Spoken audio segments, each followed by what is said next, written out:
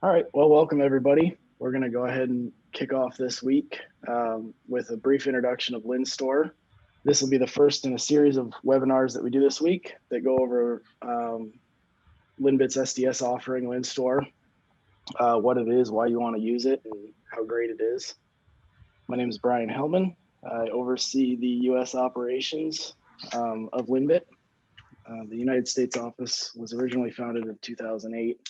But Linbit as a company was founded in 2001, but we'll get into that in the next slide here. Will, do you want to go ahead and introduce yourself? Yeah, hi, my name is Will Mapp. Help head up marketing and business development on the US side. Looking forward to going to the webinar with you all. Okay, let's go ahead and get started. So as many of you know, Linbit develops Drbd. Drbd is a Linux kernel module that replicates data over any distance. It can be short or long distance. It originally started in 1999 as a college thesis project of Phil Reisner. He needed something to present for his university, and this is the brainchild that he came up with.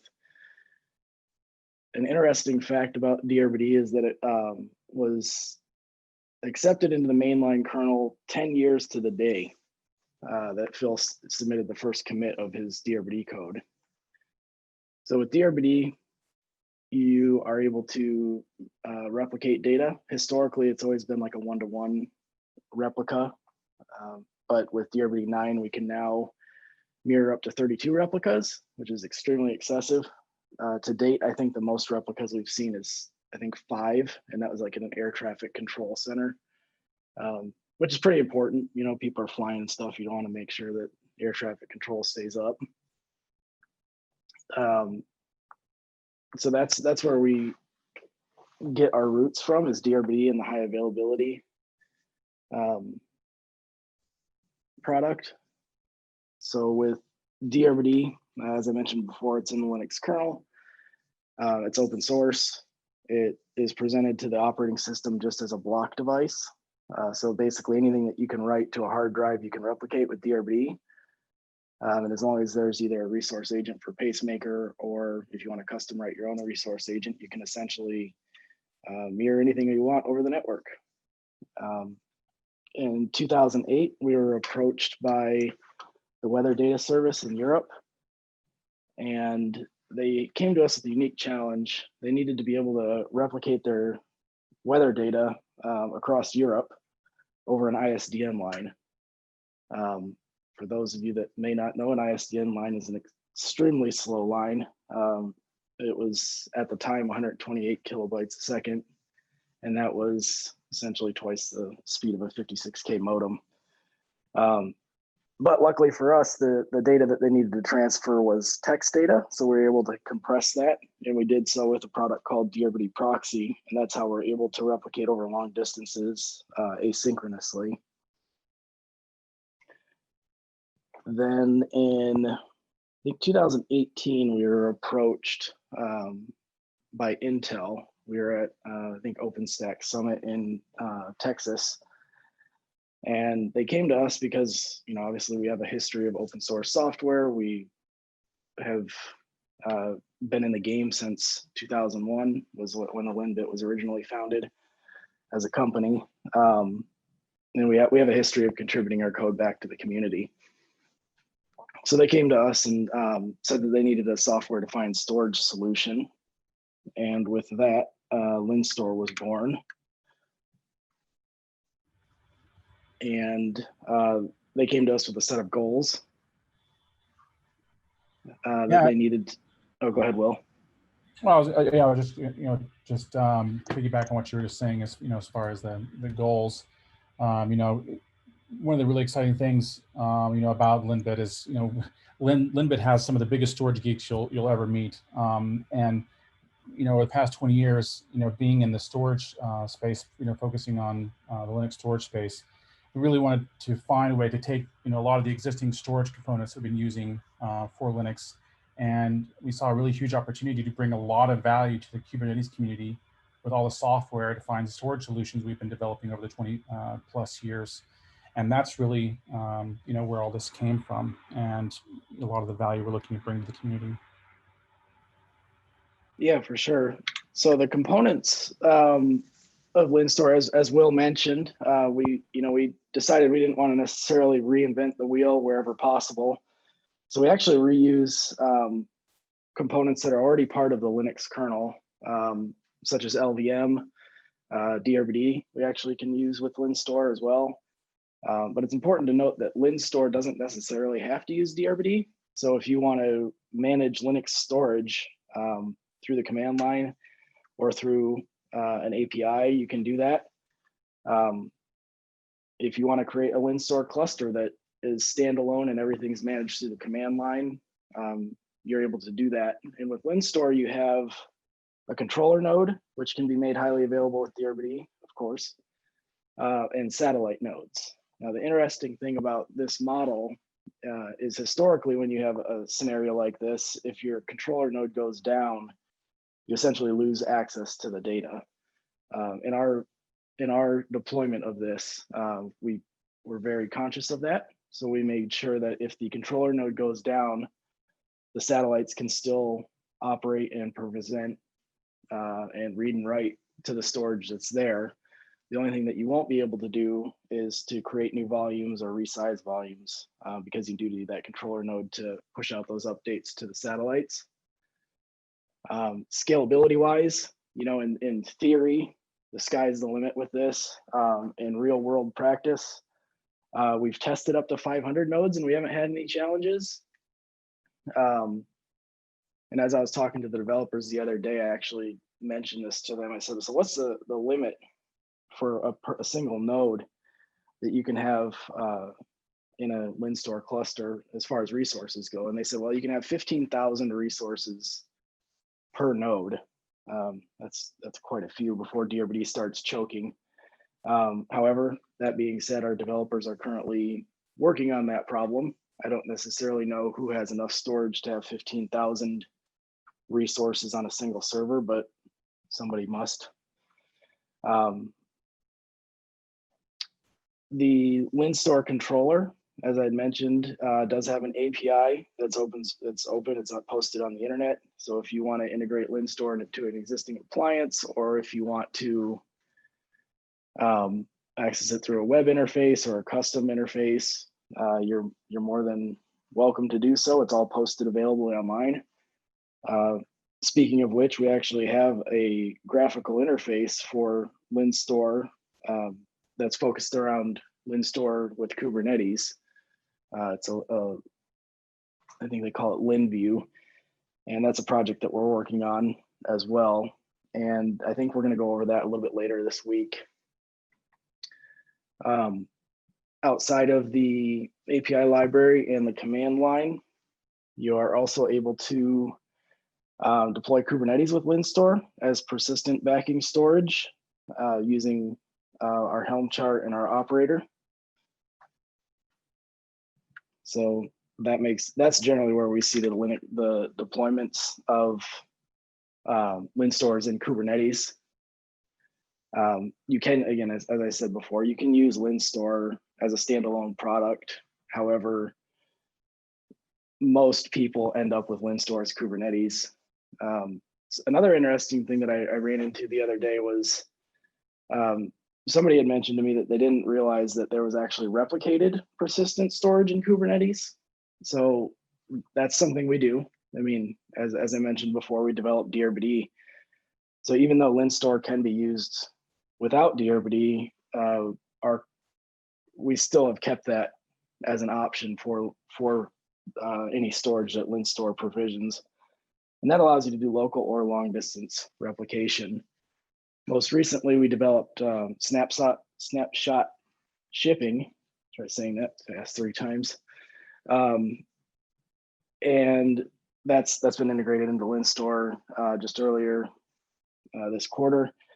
We have Prometheus integration that is like a graphing, so we can log statistics on Linstor. And things that we're working on right now, we're wrapping up, and we're also working into, and this is where it gets really interesting, is with Linstor, you can do diskless storage or you can do local storage. So let's say you have a system where your compute nodes are separate from your storage nodes, and for some reason you need this data available on one particular compute node. You can set up a policy to mount the storage disklessly, and you can think of diskless mount as just like an iSCSI mount without the overhead of iSCSI, or the configuration for that matter. So you can set up policies that say, okay, if this compute node accesses this diskless storage for more than 10 minutes, like obviously we're running a bigger job, let's go ahead and replicate that data to that compute node and make that data local so it's more efficient. So that's something that we just recently developed. Moving forward, we have the ability to mark nodes dead. So let's say you have a replica count of 3 or 4 on a particular resource, and one of the nodes that it's replicating to dies or just becomes unresponsive. After a set period of time, which is this node timeout feature that's coming up here, you'll be able to say, okay, that node's dead. I no longer have my required replica count of 3. I only have 2 replicas, so let's find a new node within the Linstor pool to replicate this data to. So you can essentially require a certain amount of replicas and always maintain those amount of replicas. And where that becomes useful is when you have an industry such as like air traffic control or something, where you're required by law to have a set number of replicas. Moving forward a little bit later this year, we're introducing a feature that's pretty interesting. It's going to allow Linstor to use clustered LVM, so essentially shared storage. For those of you that know Linbit and Drbd, we've always touted our shared nothing approach. However, when somebody asks for something and it sounds good, then we go ahead and execute that. We really do rely on the community for feedback and suggestions and even ideas. So if at any time you ever have ideas that you think might be a good idea, please let us know. We'll get into some ways you can contact us and reach out to us here shortly. After we get that work done, where we support the shared storage, we will be working on multipathing for NVMe over fabrics. Currently, we support NVMe over fabrics. However, it's just a one-to-one connection at this point. And that brings us into how you can get a hold of Linstor. Right now, we're in the Red Hat marketplace. If you're using Red Hat, you can access us that way.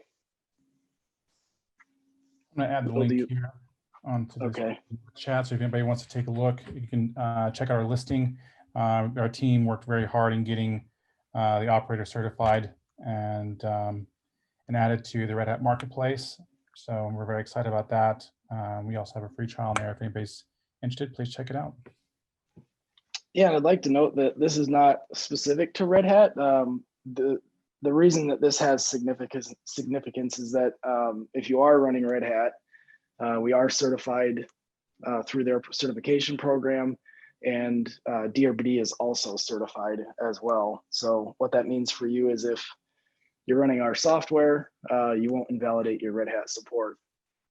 Also to note, the free trial is, we've got it on this page if you're into OpenShift, but if you want to try it for Kubernetes or SLES or Ubuntu, we work in all those platforms and we are certified on all of those platforms as well.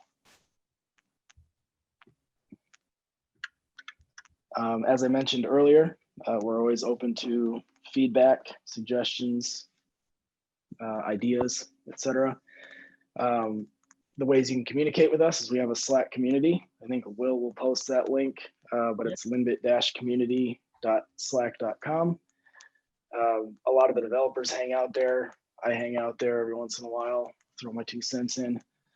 Or if you want to go old school, we have a mailing list. and I think Will has that link as well. Yes.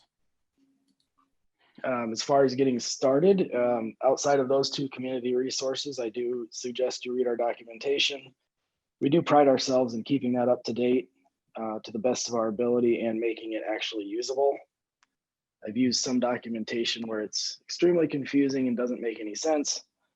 So I will say that we try not to do that. We try to make sure that it's actually usable, and we, again, as I mentioned before, if you ever use it and you think something needs to be changed, please let us know. We do take your guys' feedback seriously. And lastly, if you want to contribute to anything we do, whether it's Drbd or Linstor or any of the other projects that we work on, we do have a GitHub page. I think it's just github.com/linbit. We're always very, very, very grateful for any patch submissions, suggestions, ideas, bug reports, etc. As of to date, Linbit is one of the main contributors to Drbd and obviously Linstor. So if you want to contribute, we'd love to have those contributions. And if you have any questions or comments, go ahead and please ask now. I'll open the floor for that. I hope the presentation has been helpful for some of you, and at least, we do, as I said before, we do have quite a few other webinars that this week that are going to go into a deeper dive than what I did. And if you really want to get into the nitty gritty, those are the ones to attend. And then we also have a developer Q&A coming up on, I believe, Thursday. And you'll actually be able to talk and interact with the people that develop and design this stuff. And as I said before, they always like to hear feedback from the community, or, you can ask them the tough questions like, what OS do you run on your laptop and what's your favorite distribution? Because we all care about those things. So we have a few questions here. We have one question that's asking, is Linstor working on OpenShift? Yes, Linstor does work with OpenShift, as we were mentioned, and there's also that link in the chat. There's also a question, what are the differences between the Linbit operator and the Prius operator? So the Prius operator is, that's the open source operator, and that's kind of like the bleeding edge operator. So it's, if I had to draw a comparison, I would say it was similar to like CentOS versus RHEL, where you have the Prius operator, which supports packages pulled in from the Debian repository. And then the Linstor operator supports packages that are, officially certified by Red Hat or Celeste. Those are packages that we build, we sign, and make sure that they conform to all the standards that are required. So if you had to put it into words, I would say the Piraeus is like the community edition, and if you need enterprise support or enterprise SLAs, then Linstor is the enterprise offering to that. Piraeus is Piraeus is out there, it's available, and that's where we, when we push stuff out before it's certified, that's where it goes, and then we merge those into certification. So I would venture to say that the Linstor operator is probably a little bit more stable, and if I was running a production environment, that's probably where I'd end up. We have another question. What benefits of Drbd Proxy are there over standard Drbd with Protocol A? So the challenge that you run into with Protocol A is that you're limited to the TCP send buffer. So in Linux, I mean, when you increase the TCP send buffer, you're not just doing it for one application, you're actually increasing the TCP send buffer for all TCP traffic, which now means your response times are going to take a hit. So what Proxy does is it allocates a section of your RAM, and it actually uses that as a TCP send buffer specifically for Proxy. And the other benefit with Proxy, there's a couple of interesting things you can do. So you can do compression, and we support, I think, zlib, and there's 3 or 4 different compressions that we support in Proxy. And the trade-off is obviously CPU cycles. But with Proxy, we can do what's called a head-behind mode. And essentially, even if your proxy buffer gets full, then you can go what we call a head-behind mode, and that disconnects the resource just for a second and then reconnects it, because at that point, we're no longer mirroring in real time. We're actually doing what we call in Drbd speak as a resync. And once you're in there, then you can add these resync control parameters, such as you want to keep a certain latency on the line, or you only want to use 10 megabytes a second out of the 100, the 100 megabytes a second you may have, depending on your connection.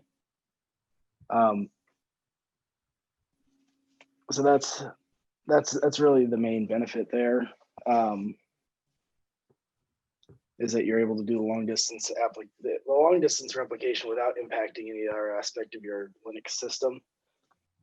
So the other part of that is if application IO is being blocked under Protocol A without Drbd Proxy, it'll actually inhibit the performance of the locally replicated storage. So you're waiting on that data to be sent before your application can proceed forward. But with Proxy, you actually can mitigate any performance hit that you would have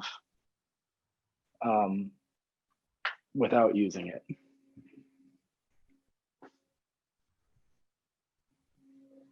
Next question we have is, when you say in the future will be allowing clustered LVMs, do you mean other highly available storage like NFS? So, well, NFS is a network file system, and by itself is not highly available, but I mean, with Drbd, you can make it highly available. With the clustered LVM, that's like if you have storage that's spanned across multiple nodes, and they're in a single volume group or logical volume, then Linstor will actually be able to provision those and understand that those are replicated. And then the assumption at that point is that you're confident in your backing storage, that you don't necessarily care if the storage is shared across multiple nodes. So in a circumstance where you're like running RAID 6 or something like that with, your battery backed RAID controller, that might be a circumstance where you're okay doing a shared storage approach. And the last question we have. Oh, go ahead. I was just going to say that work should be done, I think, within the next month or so, 2 months. But as soon as it is done, it will be pushed out to everybody, obviously for free. The next question we have is, how would diskless be better than NVMe over Fabric? So it's really just a protocol thing. So it's, if you want to use the NVMe over Fabric's protocol, you can. With diskless mode, as long as you have Drbd installed, it just works, quote unquote. So there's no other configuration or no other, hardware requirements or anything like that. There's no protocol requirements. In our testing, they seem to be pretty comparable, whether you're using NVMe over Fabrics or if you're using Drbd's native diskless mode. I guess the benefit to using the diskless mode is that it's one less port you have to have open if you're already using Drbd, and then you also gain the benefit of being able to do some of the policy things that I had mentioned, where you can move storage around to be more efficient wherever you're doing the data processing at. I think that was all the questions so far. Does anybody else have any other questions? Okay, well, unless you're seeing any questions pop up, Will? Nope. Okay, well, thanks for attending, everybody. Really appreciate it. We really appreciate your support and interest in our software, and we hope that you found this useful and that you will continue to use it. As I mentioned before, we do have quite a few other webinars coming up this week, so please check them out, and we hope to see you then. Thank you all again for attending. Thank you, everyone.